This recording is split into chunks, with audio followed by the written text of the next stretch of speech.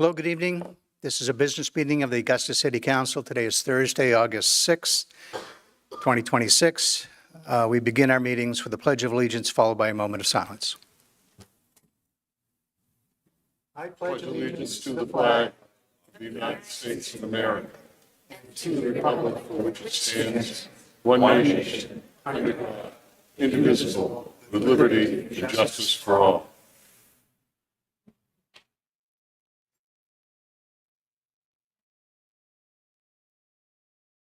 All right, thank you.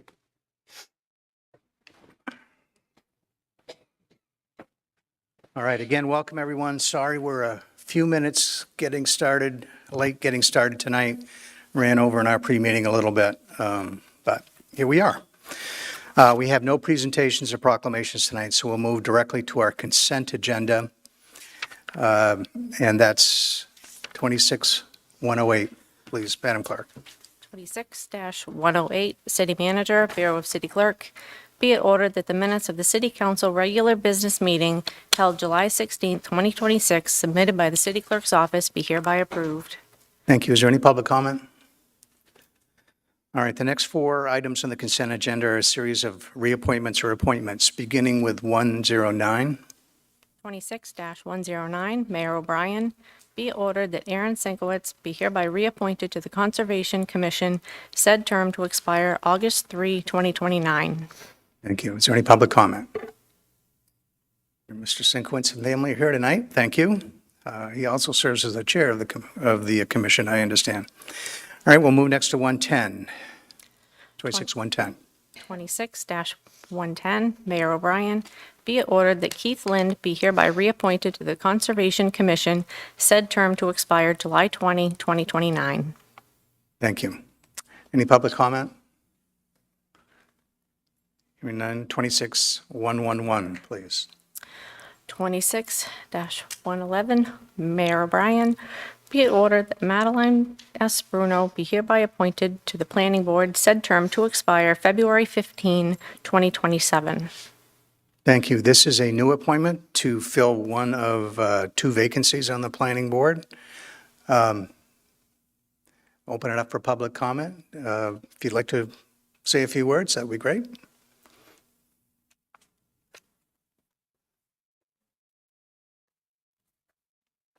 I think you got most of what you needed to know. My name is Maddie Bruno, Madeline. I've lived in Augusta since 2022, so I'm relatively new here. I am a hydrogeologist and I work in remediation and a lot of site development work. So this felt like something that I could do to give back to my community. I love living here and I'm very happy for the opportunity. So thank you. Thank you. Is there any further public comment? I know that I speak for the chair of the Planning Board. She supports this appointment as well. 26-112, please. 26-112, Mayor O'Brien. Be it ordered that Nathan Levesque be hereby reappointed to the Planning Board, said term to expire September 9, 2029. Thank you. Nathan was originally appointed to fill an unexpired term, so this would be his first full term on the Planning Board. Is there any public comment? All right, hearing none, let's move to new business and orders and resolves. 26-113. 26-113, Mayor and Council. Be it ordered that the city manager be hereby authorized to issue a request for proposal to seek proposals from qualified bidders for the operation of a 50 to 70 bed low barrier shelter in the city. Thank you. This has been the subject of a previous informational meeting, but this would authorize the next step forward. Is there any public comment?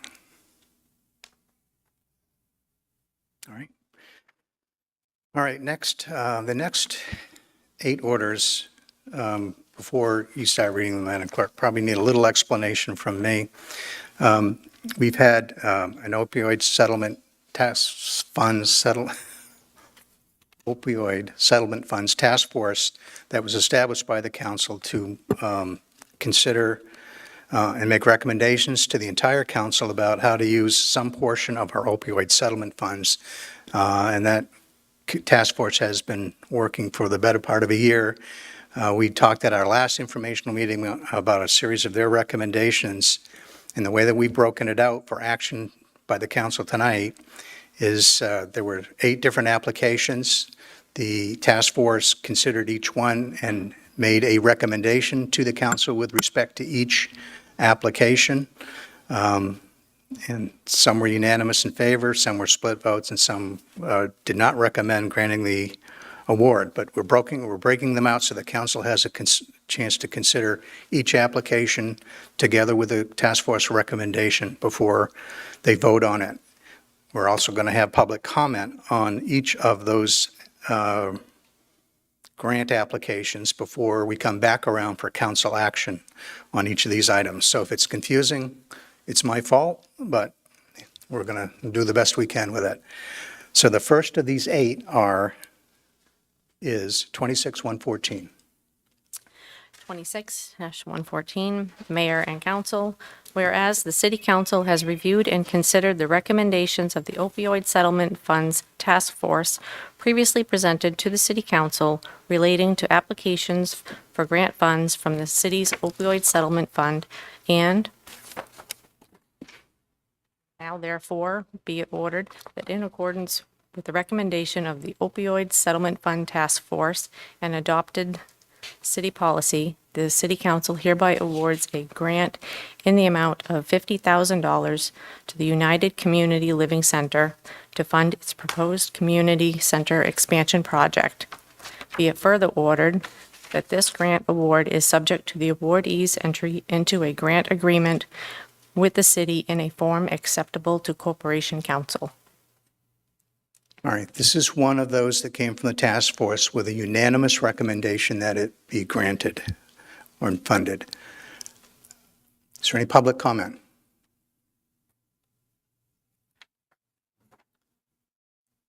Yes, please identify yourself and where you're from. And My name is Timothy J. Bodner, from St. Albans, and I'm a concerned citizen, and I'm sure you're all aware of exactly who I am, because I've been writing you ad infinitum, bringing to your attention many, many items that are very, very concerning. And I'm not going to get up here for the next 5, 6, 7, 8 things and exercise my 5 minutes. I just want to take 5 minutes to basically say that I think that the body politic here has a terrible tendency to run away from facts that are before it, that are staring it right in the face. And I think that it's ridiculous that this city of Augusta does not have an ethics policy. And your answer to me, Mr. Mayor, is, well, we just don't. You don't have to. When we brought serious things forward that show conflicts of interest. But moreover, we can believe our own eyes when we look out and look at the city and needles all over the place. We got an absent counselor here again. We got lawfare flying all over the place, right? Because the body politic wants to continue to run away, which we know is obvious. Needle exchange has been happening for 21 years in the state of Maine. Maine General's been handing out needles. When did we all of a sudden have a problem? When? I don't know. I can think of a yellow door that opened, right? And turned this place into a revolving door that took and confused harm reduction with actual recovery. See the grip there? No. Harm reduction is harm reduction, but you need a path out of harm reduction. I can maybe buy it for a minute, but then we got to move on. We got to do something else. I don't see clear metrics. We had a birthday party. We had all these numbers. Well, what about the recidivism? I learn about recidivism all the time, okay? Now, I've got the police logs, right? And it's very concerning what I have here, but over and over and over, we've got rescue. Lots of community interaction, lots of pedestrian checks, lots of welfare checks. And then, of course, thefts, a whole list of things. And I've got a synopsis, but over 400 in 1 year surrounding the MIRAP Access Center, 400. And the strange part is, all of a sudden, and maybe you, as former police chief, might be able to enlighten me, has just all of a sudden, how in January, all of a sudden, we don't have any rescues on the police logs. All of a sudden, miraculously, they just all disappeared, right? We have 3, 4 days in a row, man, rescue. We're carrying people off. We're Narcaning people. And then I've got reports that people are Narcaning people and just shoving them back into an easy chair to watch TV, right? They're not going to the hospital. So this stuff is being underreported. So this is 41 pages of incidents, which I'd like entered into the public record, right? And I've posted it. You can go see it on my Substack, right? And yes, it's behind a paywall because I need to make a little money when I do my investigative reporting. But I'm going to read this letter and then I'll be finished, okay? Mayor, councilors, and residents of Augusta, I stand before you today because the public safety data and the lived reality of our downtown no longer match the story we are being told about access and harm reduction. I have reviewed the Augusta Police Department's selective search for Water Street, specifically for the addresses 47 and 53 Water Street, and the MERAP Access Center from mid-July 2025 through early August of 2026. What the logs reveal is a location generating relentless demand on police and EMS, dozens upon dozens of community interactions, welfare checks, disturbances, protection order attempts, and arrests involving the apartments at 53 Water Street. Most striking is the pattern in medical rescues. Though the second half of 2025, rescue medical calls were a steady recurring feature, many resulting in hospital transports. Then abruptly they stopped. After a final call on December 30th, 2025, there's only one more labeled rescue medical entry in the entire record, January 14th to 2026. That seems statistically improbable to me at best, okay? After that single incident, the category essentially vanishes for the remaining 7 months of the log. Other medical responses continue under different labels: welfare checks with transports, a suicide attempt, and unattended death, which I'm going to FOA. I'd like to know what the hell happened over there with an unattended death we didn't hear about, or it went underreported, or not reported by the local media. But the explicit high-volume medical rescue traffic that defines the late 2025 disappears almost overnight. It's not a gradual decline, it's a cliff. And it raises an obvious question. Did the underlying medical emergencies stop, or did the way they are recorded and managed change? It's an obvious question. An informant put the larger context plainly of the problem we have in Augusta. Maine General opened a needle exchange in 2004, 21 years. Why is this a new problem? Why in the last year has Augusta turned into such a fucking dumpster fire? Caused the recovery center was helping closed, and Courtney blew open her yellow door. End quote. So, Mr. Bodnar, we've arrived at 5 minutes. Yep. Are you, I'll read the backside of my next 5. Or will you let me just finish for the next 3, why don't you finish sir? if you, yeah, I'll wrap it up, sir. yes. That is the core issue. Needle exchange and harm reduction tools have existed in Maine for 2 decades. What changed recently is the opening and operation of this access center, coinciding with the loss of actual recovery capacity. We have convoluted recovery with open-door harm reduction, and that confusion is the essence of the grift. The result is visible on our streets: discarded materials, repeated crises, and disorder that neighbors and businesses absorb every single day. Augusta did not become a biohazard over 20 years of needle exchange. It accelerated in the last year, precisely when the model shifted. The call logs document this. And I'll skip to the very end, okay, and just say that if you're going to spend some money, okay, I'm all for spending it in the right place. But when it's obviously not working and it's not functioning correctly, and then we need to really look at the model. And you know what? I'd really like to get involved. I'd like to put in a grant for $15,000, $20,000 and show you how to do it transparently so that everybody can see where the money gets spent. Every dime, online, like it should be. Have a nice evening. Thank you. All right, we're still discussing 26114, which is the grant to the United Community Living Center to fund its proposed community center expansion project. Further public comment, please. My name is Harley Richards. I'm actually from Waldoboro, so I recently moved to Augusta. I actually brought my landlord here with me today. I moved here as a single mom. I moved up to Boothby Street. Of course, we all know Boothby Street has a reputation. I was reassured by public officials, by APD, my landlords, locals, that everything was doing well up there. So I moved in with my 10-year-old. About 2 months later, a new tenant moved in up the road at 71 Boothby Street. I highly encourage that you look that up under police report. I have been putting it into record for almost 2 months now, along with my landlord and other people that live around this home. The reason I bring up this home is because that home had a couple that was and is still volunteering at the Access Center, in which you can see an entire array of things that I actually personally got myself yesterday.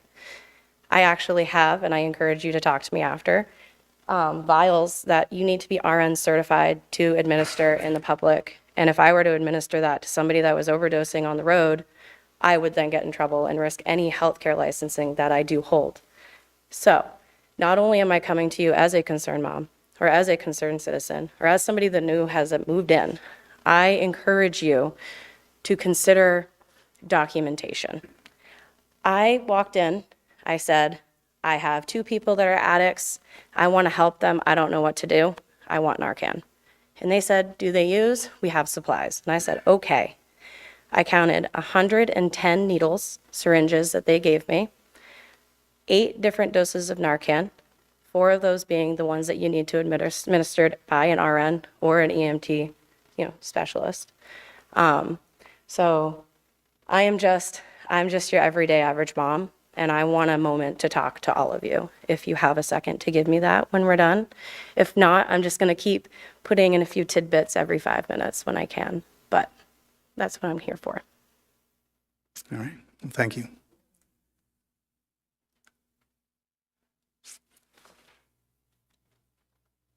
Further public comment? Good evening. My name is Nancy Fritz. Most of you know me as the chairperson of the Homeless Advocacy Group appointed by the mayor about a year ago. But tonight, I'm asking actually for a point of clarification. It was my understanding that we were talking about a grant that's recommended for the United Community Living Center, which is actually on the other side of the river. And the people that I've heard speak so far have been talking about something that's on this side of the river and not to this. So am I clear about what I'm supposed to be speaking to? Yes, right. So, but I, So- but in as So much right as it's now, been- it's about the United Community Living that's Center. what it should be, yes. Okay, thank you. Thanks. Do you want to comment about it? Sure. I absolutely am in support of this. Many of you know I've been working for a long time on the sidelines with the United Community Living Center, so I'm not an unbiased person. I'm currently serving on a capital campaign committee that they're getting ready to launch. But I only know, for one thing, they do no needle exchange program at the United Community Living Center, so whatever other people think, that's not what's happening there. And also, I'm very aware of the expansion that they're planning to do with a community center over there. They have great plans, and they are well thought out and developed by a group of respected staff and community members. So I would urge you to support this grant. Thank you.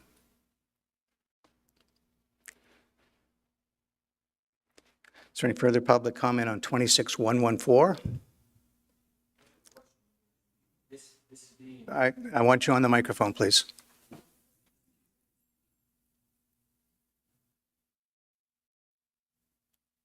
So this is being funded by the opiate funds, right? Correct. Okay, so that's why we're speaking about this, is because the money that's being used for this. So I got a simple question, because I was told, Identify yourself, where you're from, please. Nick Blanchard, I'm from Augusta. So, all right, before I start, would anybody here like to offer an apology before it's too late? Because I think it's funny that someone that volunteered at the Access Center had no problem coming up to me and apologizing to me on camera. And this was someone that threatened me because he listened to the very lies that was being told to him. No? I didn't think so. But anyways, so the funding. Why am I being told the only reason why the Access Center can get the money they can get from this funding is if they hand out the materials that we got right here? But yet, all these other facilities are getting funds from the same grant money, and they're not handing these materials out. So that's a question. Am I wrong? Is that the only way the Access Center was able to open up, is handing out these materials, and that's how they get the funding? I can't answer that. I don't know if anybody else can. I can tell you that what we're talking about tonight is a portion of the opioid settlement funds that were given to the city of Augusta And we had a task force that was charged with making recommendations on how to disperse a portion of those. And the Access Center is not a recipient of any of these portion of funds. Okay. All right, I'm gonna save my rest of my comments for later. All right. Any further public comment on 26114? All right, let's move on to 26115. They're all going to sound a little bit similar, but they each deal with an individual grant proposal and recommendation. So 115, please. 26-115, Mayor and Council. Whereas the City Council has reviewed and considered the recommendations of the Opioid Settlement Funds Task Force previously presented to the City Council relating to applications for grant funds from the city's opioid settlement fund. Now therefore be it ordered that in accordance with the recommendation of the Opioid Settlement Funds Task Force and adopted City Council, a city policy, the City Council hereby awards a grant in the amount of $25,000 to the United Community Living Center to fund its proposed street outreach and engagement project. Be it further ordered that this grant award is subject to the awardee's entry into a grant agreement with the city in a form acceptable to Corporation Council. All right, so the gist of this one, as you just heard, $25,000 to the United Community Living Center to fund its proposed street outreach and engagement project. And for those of you keeping score, this was also a unanimous recommendation in favor of funding from the task force. Is there any public comment? Real brief, Tim Bodner. I do get concerned about task forces that are on city councils, because generally what happens is you'll go to the task force and you'll say, let's put a task force together. Who should be on the task force? And then what we do is we go out and we go, well, the sober living houses and all these people, everybody needs to be on the task force. Many of these people have financial interests in those things. And I think that the task force would do a lot better to have some possible voices, especially now that the whole harm reduction model has come along, and then the whole lived experience stuff. See, because we're throwing people, I think, way too fast into positions of responsibility over way too much money, right? Because they have this lived experience, and we put way too much on it. So again, I want to do something that goes out there and actually does some metrics, goes out there on the ground. I've already bought equipment. I want to do reporting. I want to go out there and find out what the gaps in the system really are. And I want to, seriously, I'd like to ask you to delay voting, or if there's a piece of money, leave some left over. I need about $25,000. I'm seriously, I want to do this. I want to put this in, and I want to show you how, because I want to challenge, I want to give an alternative. I don't want to just get up here every week and complain, okay? I want to offer a solution, and I'm willing to put my own neck on the line and go on the streets of Augusta to do it. And I've already got death threats. That community already hates me and says they want my head on a platter, but I'm willing to do this. Thank you. Councilor Judkins, May I attempt to offer a little clarity on this? on this order? Not on this particular order, but apparently the overall subject. If you prefer not, that's I would prefer not. I'd prefer to move ahead. all good. Yep, my apologies to you. I know that you're well-intentioned, but let's Okay. move this along. Is there any further public comment about 26115? Please. And Harley Richards. Are any of you aware of the new encampment up behind Boothby Street, behind the tennis courts, across from the gas station or market? Okay. Well, if you're not, I encourage you to take a walk up there. I encourage you to take a moment and watch some of Nick's most recent videos online. I requested APD assistance for a very long time with these people. Nobody came. Nick came. None of these community outreach people have reached out to me to ask how I could help. I am, as he is stating, one of those few that actually do care. I have lived in a tent. I have, my parents are addicts. I've lived this. And I am a firm believer that your outreach programs are not helping. I am in full agreement that if you are going out on that street and you are talking to anybody that identifies as homeless and/or an addict that is utilizing any of these outreach programs, no matter where they come from, no matter where, that person should not have a hand in that pot. I am Joe Schmo. I live next door. I'll happily go talk to them. Jaden, he's a gentleman that feeds the homeless once or twice a week. Same thing, he'll talk to them. Nick will get out there and happily talk to these people, all free of charge, hands out of the pot. We want to see change, and pushing them off of the street and quite literally into my backyard is not going to help. And I can tell you right now, $25,000 is not even going to begin to touch the problem that this community actually has when it comes to reaching out to the people that need the assistance. That's all. Thank you. Further public comment on 26115? All right, I'm going to move next to 26116. Madam Clerk? 26-116, Mayor and Council, whereas the City Council has reviewed and considered the recommendations of the Opioid Settlement Funds Task Force previously presented to the City Council relating to applications for grant funds from the city's opioid settlement fund, now therefore be it ordered that in accordance with the recommendation of the Opioid Settlement Funds Task Force adopted city policy, the City Council hereby awards a grant in the amount of $50,000 to the Augusta Teen Center Boys and Girls Club to fund its proposed Teen Center Community Coordinator position. Be it further